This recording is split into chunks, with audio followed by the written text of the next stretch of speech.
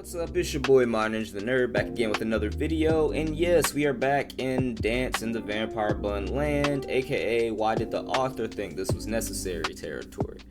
I told y'all last time I come back with some absolutely wild moments from the series, and today, yeah, this one had me staring at the screen like I just lost a ranked match. But before we get into that, play my intro real quick. The monsters. Hold on, wait a minute, let me get a key rising when I'm ventilating, demonstrating, captivating, assimilated. When you niggas singing, saying I'm the fucking best. Better get your best, nigga, color me impressed. Swear it's truly blessed. All up in your chest. Kill you with my sword, guess I gotta clean my mess. The fact that you niggas see me playing, it's only natural. I'm super just saying. Alright, so boom, this chapter starts by introducing Angel, aka Angie. She has white hair, she got brown skin, mysterious vibe, and some surprise, she's a werewolf. And not just any werewolf, but Akira's childhood best friend.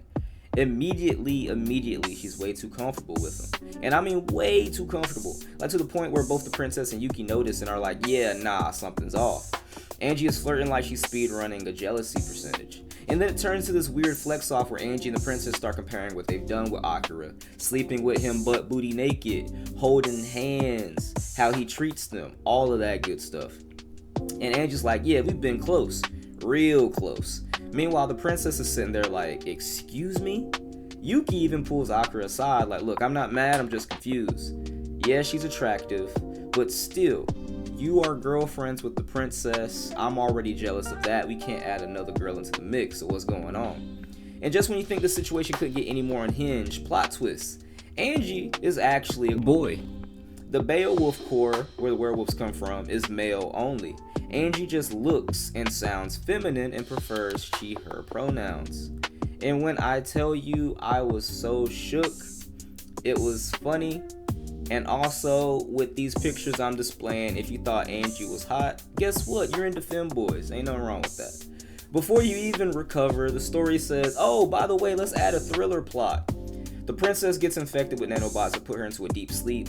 Somebody's trying to extract information from her subconscious. So while she's under, she has this dream where she and Akira grow up normally. No vampire politics, no werewolves, just a quiet life.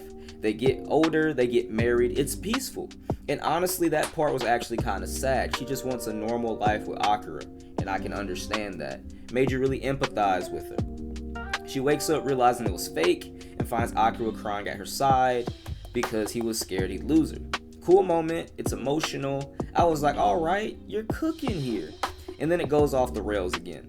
They trace the nanobot signal and encounter a cloaked figure with strength comparable to Akira's. That's important because Akira's like, yeah, that narrows it down to a couple of people. No one out here has werewolf strength like that. Which leads into a flashback about how young werewolves are forced to survive in Siberia to learn control. Werewolves are paired up with one another and they go out there as teams. It just so happens that Akira and Angie were paired up with Graham and Sanin, and all four of them were being trained to be one of the princess's personal servants and bodyguards. So, casual trauma as usual. We meet Graham, who's aggressive and unstable. Then we meet Sanin, his calmer partner. Long story short, Graham loses control one day when he grasps their powers and abilities, because I don't know what the explanation is, but they kind of look like furries as they get used to their powers to become an actual realized wolf, I suppose. So Graham loses control, Sanin goes missing, and Angie is emotionally wrecked. Akira had to stop Graham and kill him. Fast forward till now, Angie believes the cloaked figure is either Sanin or Graham, because, you know, Graham bit into Sanin's head and threw him off a cliff. Suspected dead, but now this could be him, right? So what does she do? She sets up a meeting, alone, based purely on vibes. No backup, no plan, just vibes. So while they were in Siberia, now with no map, they had to kind of understand where they were at. So they made these symbols, hung them from trees, and placed them in random spots so they know where they were at all times, right? She puts that in this abandoned building to lure Sanin or Graham out there. And I'm already yelling at my phone like, yo, what are you doing? Why are you doing this? This could only end bad, right? Angie starts unbuttoning her clothes. And when this cloaked figure gets there, I believe he's already in his werewolf form, big and massive and scary with his one bloodshot eye. Angie starts reminiscing on how they had to cuddle in Siberia to keep warm. And for whatever reason, we find out that this werewolf is Sanin, right? For whatever reason, Sanin proceeds to clap her cheeks. At first, I stopped and didn't pick the manga up for a week, but eventually, I finished the chapter to find out Angie did this on purpose as a tactic to get Sanin out of his werewolf form. I don't know why the author put that in there. He had to get his rock soft to turn back into a human so they can capture him peacefully. And it's not like Angie didn't come out of this unscathed, right? Angie is beat up from the floor up, scratch marks, blood everywhere, probably some bite marks in there too. I had to put it down because it started looking like a hentai for a second. I'm like, yo, what's going on?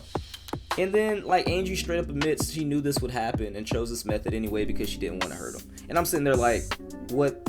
This was the plan? This manga will give you emotional depth, political intrigue, and then immediately say, alright, now let's emotionally traumatize everyone again. And that's why Dancing the Vampire Bund is such a wild ride, because half the time you're invested. The other half you're asking yourself, who approved this chapter? But yeah, this is just one of many moments that had me absolutely floored in this. There's many more like this. That's the crazy part.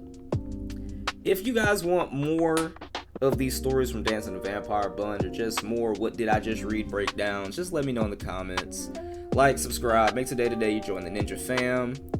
Don't worry, over here we don't have werewolves that will take your butt, but what we do have is puppies, chocolate, milk, and cookies. So it's been your boy Modern Ninja Nerd. See you in the next arc.